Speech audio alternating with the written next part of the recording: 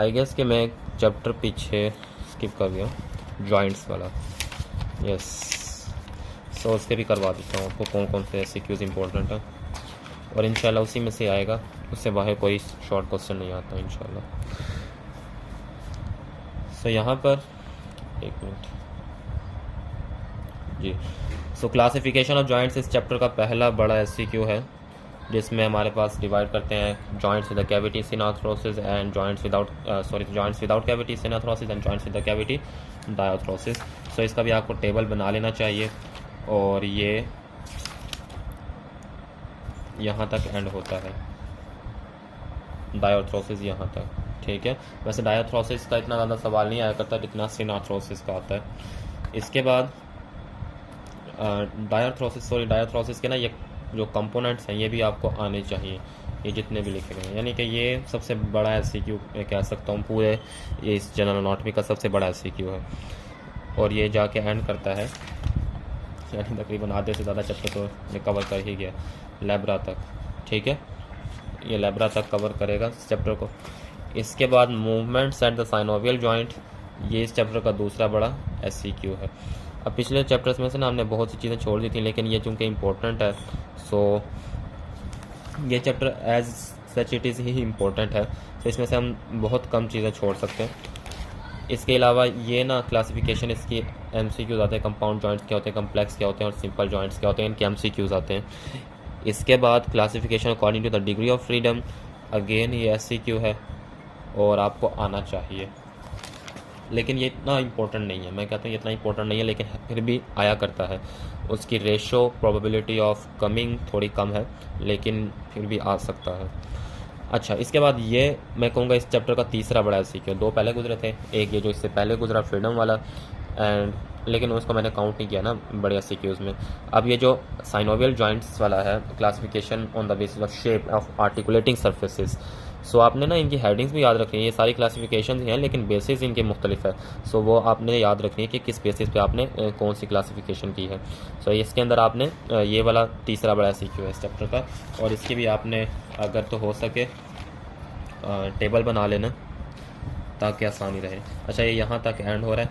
इसके बाद आगे मेरे नज़दीक कोई ऐसी चीज़ इंपॉर्टेंट नहीं है। हाँ, हिल्टन्स लॉ का पूछा जाता है कि हिल्टन्स लॉ क्या है, कि जो मसल को सप्लाई करी है वही नर्व्स और बोन को भी सप्लाई करेगी। ये मैं कहता हूँ एमसीक्यू के तौर पर तो नहीं आता, लेकिन एमसीक्यू में भी आ सकता है, क्योंकि इतना हाँ ये हो सकता है कि हिल्टन्स लॉ पूछ के कोई साथ उसके एडिशनल कोई और शॉर्ट क्वेश्चन भी साथ दे दें, पार्ट्स में दे दें, लेकिन अकेला हिल्टन्स लॉ नहीं आएगा, क्योंकि ये बहुत ही छोटा लिखा हुआ है यहाँ पे इसने ये बताया कि nerve supplies a joint also innervates the muscle moving around the joint, यानी कि जिस जॉइंट को मूव करवा रहा था ना मसल, उसी मसल पे उसी जॉइंट को वो नर्व सप्लाई करती है। या आप इसे आम मानों में इस तरह कह सकते हैं कि जो नर्व जिस मसल को सप्लाई करती है वो नर्व उस जॉइंट को भी सप्लाई करेगी जिसको वो जो मसल है वो मूव करवा रहा है। इसके बाद यहाँ पे ना ऑस्टियोआर्थराइटिस मैं कहूँगा कि आपको पढ़ लेना चाहिए, रीड कर लेना चाहिए।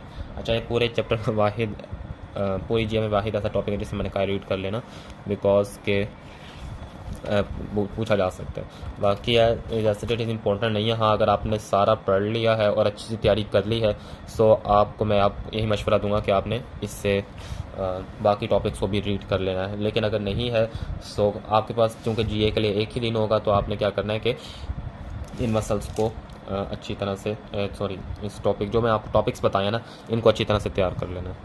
अच्छा, इसके बाद मसल्स का टॉपिक हो गया। हाँ, मसल्स यहीं तक है फ़िलहाल तो आपका, यस मसल्स तक ही है। सो इसके बाद हम एक दिन के अंदर ये आप ना इस तरह होगा कि टोटल 4 चैप्टर्स है ना, तो अगर आप 1 घंटे में 1 चैप्टर भी तैयार करते हो, टोटल 2 या 3 शॉर्ट क्वेश्चन हैं, इससे ज़्यादा टॉपिक कोई है ऐसा इट इज़ मतलब बड़ा काम नहीं है, आप आसानी से कर लोगे।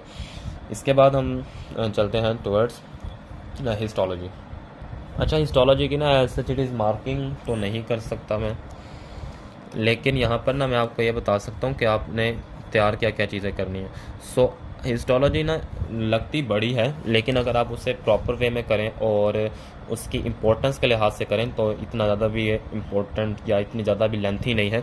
सो मैं इसे ना 2 पार्ट्स में डिवाइड कर दूँ। एक तो वो जो आपने कॉपी से तैयार करना है। सो कॉपी से आपने तैयार करना होता है फॉर एमसीक्यूज़, यानी कि जो शॉर्ट क्वेश्चंस आएंगे वो कॉपी से ही ज़्यादातर उठाए जाते हैं, जबकि जो MCQs आएंगे या आप कह सकते हो कि जो लईक हुसैन से आपने तैयार करना है, या आप लईक हुसैन से कर लें या फिर जंक्वेरा के टेबल्स कर लें, या आप फिरदौस से भी तैयार कर सकते हैं। फिरदौस में भी अच्छा लिखा हुआ है, कंसाइज करके लिखा हुआ है, लेकिन बाज़ औक़ात कुछ ऐसे MCQs आ जाते हैं जो कि फिरदौस में नहीं दिए गए होते लेकिन वो लईक हुसैन में दिए गए होते हैं। सो आपने लईक हुसैन से भी पढ़ना है, लेकिन फॉर MCQs। और आपको अब तक तो पता हो ही जाना चाहिए कि MCQs किस टाइप के बन सकते हैं, यानी कोई इन्फॉर्मेशन दी गई है, ऐसा नहीं होता है कोई एक लंबा सा पैराग्राफ लिखा गया उसके अंदर कोई ख़ास बात नहीं है लेकिन आप उसे रट्टा लगा रहे हो और इसमें से कोई MCQ आना नहीं।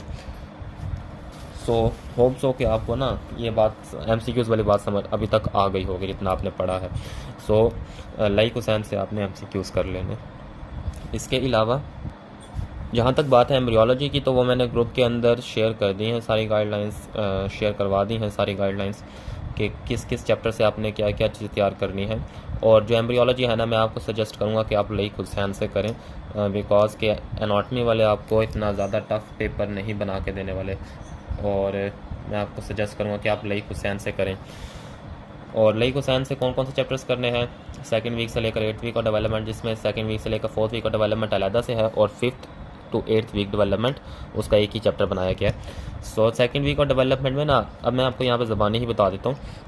2nd वीक ऑफ डेवलपमेंट में आपने ज़्यादातर वही बातें होंगी जो कि आपने पिछले आई गेस मॉड्यूल में आपका इंक्लूडेड था कि नहीं था, तो उसके अंदर आपने पढ़ ली थी। अलबत्ता जो 3rd वीक ऑफ डेवलपमेंट है ना, उसके स्टार्टिंग में पहला टॉपिक आता है गेस्ट रिलेशन का, वो बहुत इंपॉर्टेंट टॉपिक है और उसे आपने तैयार करना है। इसके बाद एक इंपॉर्टेंट टॉपिक आता है प्रीकॉर्डल प्लेट, उसकी डेफिनेशन वगैरह जो भी उसके फॉर्मेशन का प्रोसेस है वो। एंड तीसरे नंबर पे इसका टॉपिक आता है नोटोकॉर्ड की फॉर्मेशन ऑफ नोटोकॉर्ड, बहुत इंपॉर्टेंट है इस चैप्टर के लिए। एंड उससे आगे चले हम लोग, तो आई गेस के टॉपिक आएगा फॉर्मेशन ऑफ कार्डियोवास्कुलर सिस्टम, और ये टॉपिक भी इंपॉर्टेंट है कार्डियोवास्कुलर सिस्टम वाला, इसका आपको प्रोसेस पता होना चाहिए एटलीस्ट। एंड इसके बाद आई गेस के टॉपिक आएगा आपका जिसके अंदर बल्कि सोमाइटोजेनेसिस आके आपकी। अच्छा, यहाँ पर ना आपका होगा एक टॉपिक जिसके अंदर वो इंट्रा एम्ब्रियोनिक मेसोडर्म की जो सेगमेंटेशन है वो बताता है, जिसमें paraxial mesoderm, lateral plate mesoderm बन रही है। अच्छा, ये ना ग्रुप के अंदर मैंने सारी गाइडलाइंस भेजी हुई हैं, तो मैं सिर्फ एक जनरल ओवरव्यू दे रहा हूँ। इसके बाद 4th वीक में जाएँ तो वहाँ पे सोमाइटोजेनेसिस बहुत इंपॉर्टेंट है। एंड इसके अलावा फोल्डिंग तो मैं कहूँगा कि अगर इस चैप्टर में से कोई क्वेश्चन उठा सकते हैं तो या तो सोमाइटोजेनेसिस है या फिर कोई ना कोई एक फोल्डिंग होगी, ठीक है। बल्कि सोमाइटोजेनेसिस तो बहुत बहुत इंपॉर्टेंट सवाल है ना। तो अगर आपने ये टॉपिक्स जो मैंने बताया ना दोबारा सुनने तो रिवाइंड करके सुन लो वीडियो को। अलबत्ता ग्रुप के अंदर मैंने इसकी प्रॉपर गाइडलाइंस भिजवा दी हैं, और अगर आप फिर भी कहेंगे ना एम्ब्रियोलॉजी की वीडियो बना दूँ तो इंशाल्लाह वो भी मैं बना दूँगा। फिलहाल अभी मैंने एनाटॉमी को एक्सप्लेन किया। सो आपने क्या करना है कि जनरल एनाटॉमी का मैंने बता दिया, एक दिन में आपने कैसे तैयारी करनी है कि 1 घंटा एक चैप्टर को भी दो तो एटलीस्ट 4 घंटों के अंदर आपके 4 चैप्टर्स तैयार हो जाएंगे, और अगले 2 घंटों के अंदर आप उन 4 चैप्टर्स को आधा घंटा करके रिवाइज भी कर सकते हो, यानी कि टोटल 6 घंटे देने आपने 24 में से, बाकी 18 घंटे आपने जो करना करो, यानी कि इतना ज़्यादा टाइम आपके पास अवेलेबल है 12 डेज़ में। मैं ना एक वीडियो बनाऊंगा उसके अंदर आपको बताऊंगा कि आप 3 दिनों में मॉड्यूल की तैयारी या 4 दिनों में मॉड्यूल की तैयारी कैसे करेंगे, तो वो सुपर हाइब्रिड मॉडल होगा। सो अगर आप वो वीडियो भी कहते हैं तो इंशाल्लाह वो भी बना दूंगा, लेकिन इसके अंदर मैंने आपको ईजी रखने के लिए इतने ज़्यादा डेज़ दिए हैं। अब 2 महीनों में से आप 12 डेज़ तो दे ही सकते हैं। एम्ब्रियोलॉजी की तो आपके पास 8 वीक्स हैं। सो मैं ये कहूँगा कि जो चैप्टर है जो कि 2nd और 3rd वीक का है उसे आप एक दिन तैयार कर ले। 4th वीक का जो है उसे और इसके बाद जो 5th से लेकर 8th वीक तक का है उसे आप अलग से तैयार कर लें। अच्छा, एम्ब्रियोलॉजी के ना कुछ क्लिनिकल्स होंगे जो कि बहुत इंपॉर्टेंट है, जिनमें साइरोनोमिलिया वगैरह और इसके अलावा साइटस इन्वर्सस होगा। ये क्लिनिकल्स आपने लाजमी देखने हैं। इन क्लिनिकल्स में से लाजमी कोई ना कोई MCQ या फिर कोई ना कोई SCQ बनता है। इसके बाद हिस्टोलॉजी का मैंने बता दिया। अब हिस्टोलॉजी का ना आपको सिलेबस ज़्यादा लग रहा होगा, तो आपने एटलीस्ट SCQs तैयार करने हैं हिस्टोलॉजी के। MCQs फिर माशाल्लाह आप लोग वैसे ही तैयार करने में माहिर हैं, या फिर एट द स्पॉट आपकी गैबी इमदाद हो जाती है। सो आपने क्या करना है कि एटलीस्ट SCQs तो तैयार करने हैं हिस्टोलॉजी के, और फिर अगर टाइम बच जाए तो फिर लईक हुसैन से आपने पढ़ लेना। और लईक हुसैन की ना मैंने आपको आई गेस के शॉर्ट लिस्टिंग का PDF सेंड किया होगा, PDF सेंड किया था शॉर्ट लिस्टिंग वाला। सो आपने वो तैयार कर लेना, वहाँ से अच्छी से शॉर्ट लिस्टिंग की गई है कि कौन कौन से पॉइंट्स इंपॉर्टेंट है, आपने उन्हें तैयार कर लेना, ठीक है। और इसके अलावा अगर आपको कोई भी क्वेश्चन है तो आप मुझसे पूछ सकते हैं, डायरेक्टली भी पूछ सकते हैं, कमेंट सेक्शन में भी पूछ सकते हैं। और बाकी इंशाल्लाह मैं आप नेक्स्ट वीडियो भी अपलोड कर दूँगा।